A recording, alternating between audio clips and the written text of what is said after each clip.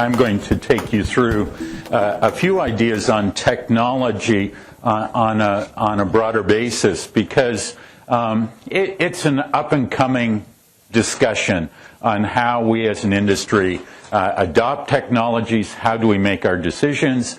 Many of you know that there is also a technology and innovation conference going on today, sponsored by National Pork Board in Indianapolis.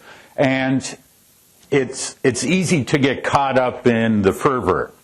And it's easy to discuss things, especially at conferences like this, without really going through the test. And the ultimate test is putting it on your farm and seeing if it works.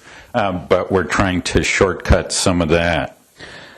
Take this as an example, and I'm going to do the first error and take an example of something that happened in the 1970s where some of you may not, many of you may not recognize the reference, but there was a famous commercial of guys looking at a new box of cereal down in the bottom, and they didn't know what to do with this fancy new cereal, and they said, let's feed it to Mikey.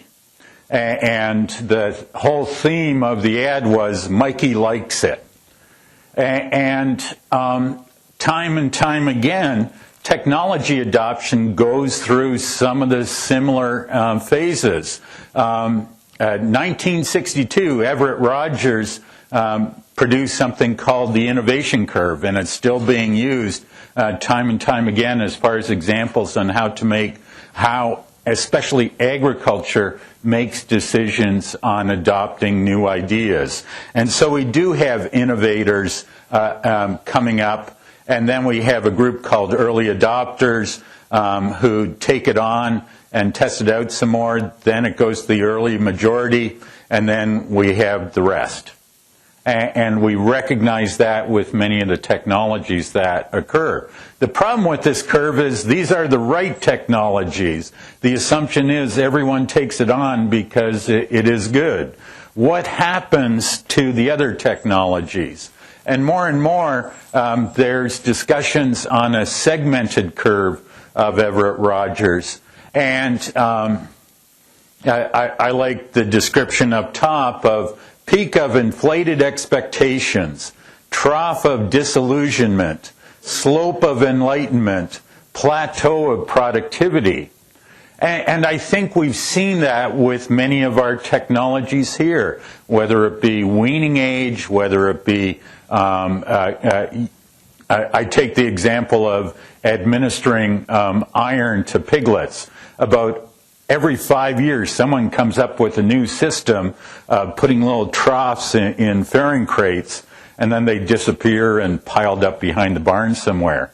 And we go through that the discussions occur, we get excited about early weaning, had lots of meetings on it, and somewhere along the line we start losing some faith in it, but at the same time, it's probably not wrong for everyone. And we got to stop talking about technologies in 100% increments. First reason for disillusionment is the truth. It was a stupid idea, and we've gone through some of those as well. And I'm responsible for taking some of them to my clients as well. And we had to learn the hard way that it was a dumb idea. In some cases, it's right for some people and not right for others. It can work, but it's got to be in the right place at the right time. Sorting pigs and manipulating them during the winter is a lot different than trying to maximize feed intake during the summer. There's complexity. Those of you who heard Terry Coffey yesterday, I was surprised to see on his list of evaluation, but it's very fair that the easier it is to implement, those technologies have to get extra points because there's less risk involved.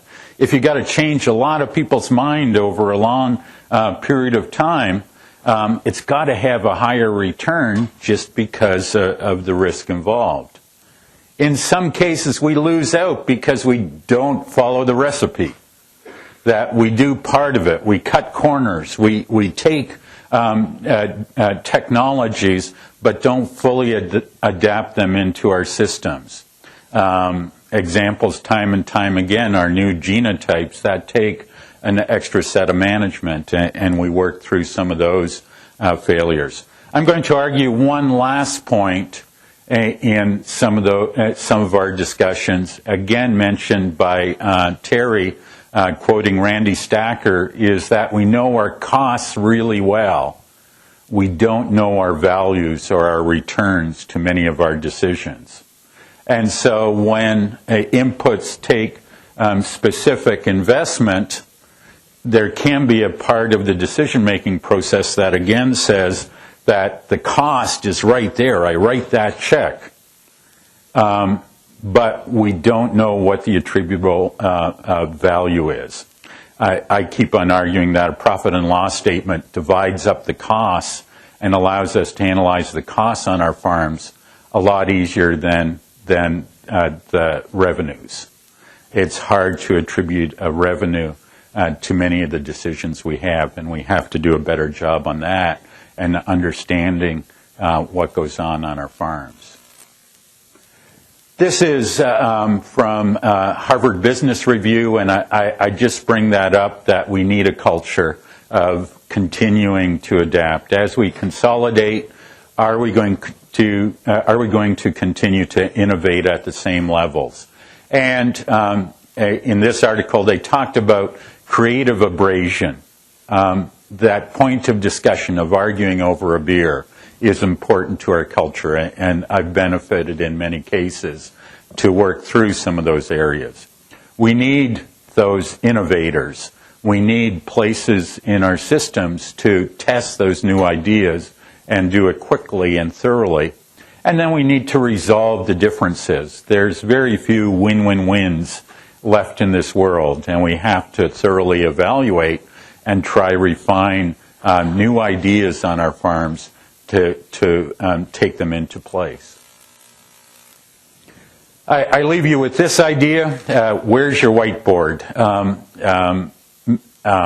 Dale Polson has always been an example to me.